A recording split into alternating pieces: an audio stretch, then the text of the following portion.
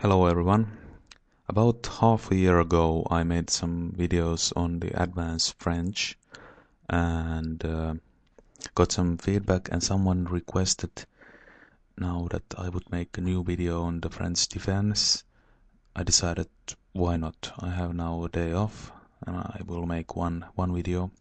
Now this is an example of one game, but I will start with this to go into the variation knight c3, which of course is white's most, well, not of course, but in my opinion it is white's most dangerous move against the French. It is basically, it adds defense to e4, so that is the reason to play it. And black now has some options to act to this variation. One of them is to take on e4, and then white would accept take back, and in a couple of moves, let's say the game will go something like this, and then perhaps taking this kind of variations would come up with a reasonable game for black. Typically white attacking players enjoy these games quite a lot and have a free time. Most likely white is going to castle queenside in these kind of games, because black would have a very dangerous attack here on the g file. Have a fun time. And black then again either doesn't castle at all, he has quite a lot of pawns in the center, or he will also try to castle on the queenside. That's one of the options, okay? Another one of the options is the classical variation. I used to play this quite a lot. Knight f6, and then bishop g5, bishop b7, knight 7, bishop takes, queen takes. And these kind of lines lead to variation where black has to be careful not to be left with the bad bishop on the endgame, and many times it will be opposite side castling with pawn storms on both sides. Okay, so that's one idea. Another option for white is not to play bishop g5, but to play e5 directly when the game is also probably going to be castling on different sides, but this variation leaves the bishops on, and I think this thing to leave the bishops on favors black quite a lot, because these pawns are hindering the bishop, and this is the black good bishop, and it serves a good purpose for the attack against the white king. Okay, but today's game I wanted to go through a winawer game. So the winawer's main point is to harass the knight immediately, and by that break this defense of the knight to e4 and force white to act upon this issue of the pawns attacking each other.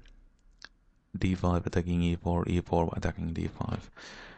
Now he probably doesn't want to exchange, because that will go to the exchange variation, and those have been told to be very drawish, so white doesn't want to do that. So pretty much the other option is to play e5.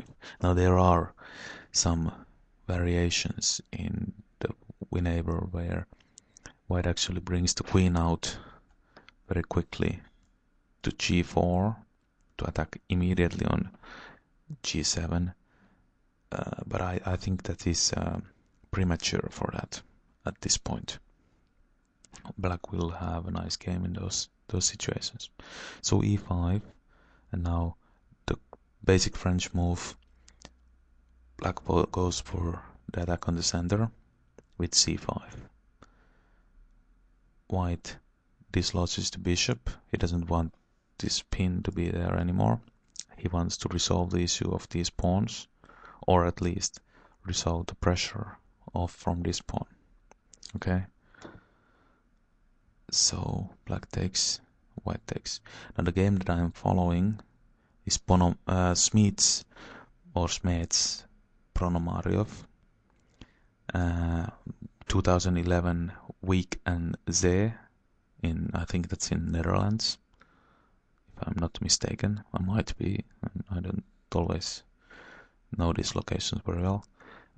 It was a rather recent game on this variation, that's why I wanted to show it. Having said that, I don't think it's the best example. It is an example of several maneuvers that, well, a couple of maneuvers at least, that black can do in this kind of variation. But the white really made just a mistake in the middle game and dropped a pawn, and I think that resolved the game. So it's not, the quality is not that great. So now white decides on queen g4. Okay, now this is attacking g7, and what I have already lined up here is that black could just play knight e7 and let white take there, and then rook g8. Well, let's go to that variation actually. Why not show it? So this kind of variation, what if white takes there now? Well, now black will take back on d4, and this queen is opened to c3, which would be very bad because it forks to king and rook. So it's not clear if white is doing very good here. Very well here actually. Sorry about my English, I'm not an English native speaker. So that's a variation. It is a playable variation, surely, but maybe not something that white would prefer here. Okay, let's go back. Queen g4. Ponomariov played it instead of that f5, defending the pawn on g7 with the queen. And this f5 is a double-edged move because it will be left here. It will make all the pawns on the same color as the bishop. It will mean that black will not play f6 to attack e5, but play f5 to play more close position and leave this e5 as a stronger pawn, or to be attacked in other ways. Okay, but anyway, it's kicking the queen back because practically white will not want to play this, because black will just gain time by attacking this, will easily castle, and will have then a lot advantage in development and would win that game. Well, at least be much better.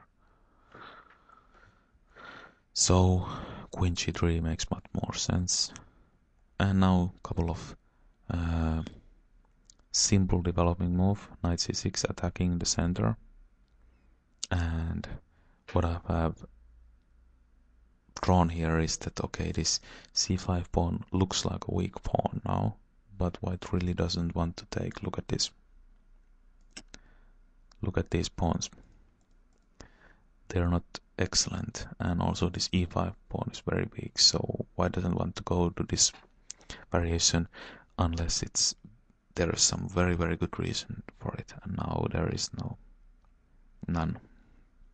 Okay, so knight f3 to defend, and now interesting move, c takes d4. Interesting in the case that normally you wouldn't expect this, because this is just helping white to solve his double pawn issue. But here it serves a purpose, because now after his exchanges, knight g7 can be played without the risk of queen g7. Why is that? Let me show you. This variation would be quite poor because of this move. And all these tactics on c3 and e5 being weak, c2 being weak, this would lead to a position that white doesn't want to have anything to do with. Okay, so white is not taking there, but rather playing bishop d2 here. Okay, but this just means that the position will be quite calm, and black castles. White develops the bishop, quite logical square. Black develops the bishop, and white castles. So fairly we have reached one position. I think this is a very important position. Just to learn, I might have mentioned in the advanced variation lines that this next move that black makes is a very typical move in the French situations, positions. You see, the weakness, you have to think it in this way. The weakness in white's position is the pawn on d4 and the pawn on e5 later. Especially now that there is no f4 being played. So these are the weak pawns, and d4 is the pawn that is especially the weak one. Now white could play c3 to protect it, but this would make the bishop then rather weak piece, or should I say a pawn, because it's just there behind the wall, not doing much. Okay, so maybe white doesn't want to play that, so d4 is weak, and d4 is at the moment being defended by the knight on f3. Okay, so how can you harass the knight on f3? Well, bishop e8, coming to h5, harassing the knight f3. Alright, and in this game, this particular game, Smith decided to act immediately. Maybe a better move would be queen to h3 to stop bishop h5, but it's not clear why it is aiming for. White doesn't have that good of an attack, and black will have the c file for him. White's having the b file doesn't mean anything, that much at least, because black can just play b6 at some point if he wants, or a6 b5. Okay, and black might also have the possibility to play knight a5, knight c4 to have a nice square for the knight. All the possibilities. I would prefer black in this position, but having said that, white might still have some sort of game here. Okay, but Smith decided to act and played c4 in this position, and I can't blame him. It looks a nice move, but unfortunately it doesn't work tactically here, because after d takes c4, bishop takes d4, knight takes d4, just wins a pawn. It defends the e6 and opens the queen's attack to c4. So white decided to take. Black took back on c4, bishop b4, rook f7, just defending. Black could also take, but this is just as good. Okay, queen c3, black takes on c3, exchange to queens, knight d5, bishop d2, bishop d7, and now black is just up a pawn, and that means that the game is pretty much over already. I will go quite quickly through the end because I'm running out of time. Let me show. See, by the way, how these pieces are nicely covering the important squares on the c file, so the rook cannot come here. The knight is very nice on d5 in this position. So a4, white is aiming to have some sort of disturbance with the pawn storming here. Okay, a5, I think this is a brilliant move. I wouldn't have thought of it, because I think it leaves this illusionary leaves this pawn a little bit weak, but the point is that the knight will protect the pawn on b6 from d5, and then black will have all the activity on the c file, and a4 will be weak by the bishop. Okay, after a5, rook cb1, wasting time, b6, knight e2. He's planning now to exchange the knight. Either way, okay. Black is taking the c file, knight f4, knight takes, bishop takes, rook c4. So black has the activity, and will take the a pawn next. Bishop e3, bishop takes, rook takes, bishop c6. Now the bishop is a monster on c6, and he has the monster pawn here, which will decide the game.